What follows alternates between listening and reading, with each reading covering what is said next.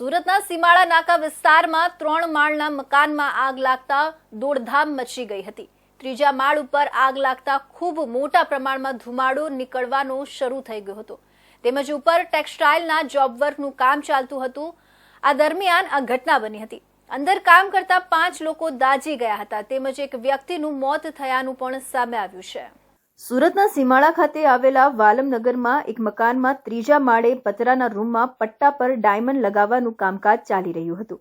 દરમિયાન ગમને મિક્સિંગ કરવા માટે કેમિકલ નાખતા સમયે અચાનક આગ લાગી ગઈ હતી, જેને પગલે અંદર કામ કરી રહેલા 8થી વધુ કારીગરોને અસર થઈ હતી, જેમાંથી 5 જેટલા દાઝી જતા સ્મીમેર હોસ્પિટલ ખસેડવામાં આવ્યા છે, જ્યારે એકનું સળગીને મોત થતા તેની ડેડ બોડી પોસ્ટમોર્ટમ અર્થે લાવવામાં આવી છે। આ સાથે જ બારીમાંથી બાજુમાં મકાન પર કૂદી જનાર મહિલા સહિત 2ને સારવાર અર્થે સ્મીમેર હોસ્પિટલ ખસેડવામાં આવ્યા છે। સીમાડા નાકા વિસ્તારની અંદર લાગેલી આગને કારણે 5 લોકો દાઝી ગયા છે। મળતી માહિતી મુજબ ગ્રાઉન્ડ પ્લસ 3 માળના મકાનમાં ઘટના બની હતી। ત્રીજા માળ પર ડ્રેસ અને સાડી ઉપર ટીકી ચોંટાડવાનું કામ કરવામાં આવતું હતું, જેમાં કેમિકલનો પણ ઉપયોગ થતો હતો। આ ટીકી ચોંટાડવા માટે જે કેમિકલનો ઉપયોગ થાય છે તે ખૂબ જ જ્વલનશીલ હોવાના કારણે આ ઘટના બની હોવાનું અત્યારે જાણવા મળી રહ્યું છે।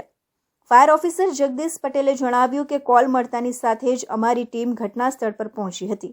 ગ્રાઉન્ડ પ્લસ 3 માળના મકાનમાં આગ લાગવાની ઘટના બનતા આગ ઉપર કાબુ મેળવવાનું શરૂ કરી દેવાયું હતું। જોબ વર્કનું કામ ચાલતું હોવાના કારણે કેમિકલનો ઉપયોગ થતો હતો અને જેના કારણે આગ ખૂબ મોટા પ્રમાણમાં પ્રસરી ગઈ હતી। એક વ્યક્તિ ગંભીર રીતે દાઝી ગયો હોવાથી તેનું મોત નીપજ્યું છે। તેમાં 5 લોકોની ઈજા થઈ છે। તેમને સારવાર માટે ખાનગી હોસ્પિટલમાં ખસેડવામાં આવ્યા છે। કેટલાકને હોસ્પિટલમાં લઈ જવાયા છે।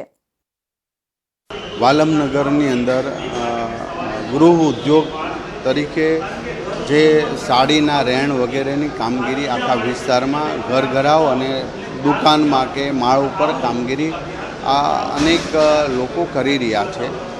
એમાંના સવારમાં કોઈ શોર્ટ સર્કિટ વગેરેમાંથી આગ લાગે, હજી એનું કારણ અને તપાસ શરૂ છે, પરંતુ 6 લોકો દાઝ્યા છે। એમને અમે સ્મીમેર હોસ્પિટલમાં મેયરશ્રીને અમે પહોંચી ગયા છીએ।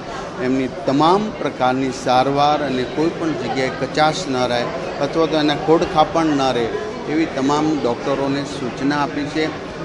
બાકીની જે પરિસ્થિતિ છે દવાથી લઈને બહારની વગેરે એ બધી વ્યવસ્થા અમે સ્મીમેર હોસ્પિટલમાં કરવા માટે કહ્યું છે। જ્યારે ફાયર બ્રિગેડ અને પોલીસ અન્ય તપાસ આગળ કરી રહી છે, જે કાયદેસરની કાર્યવાહી થશે। સીમાડા વિસ્તારમાં આગ લાગેલી ઘટનામાં અંદર કામ કરતા 5 લોકો દાઝી ગયા હતા।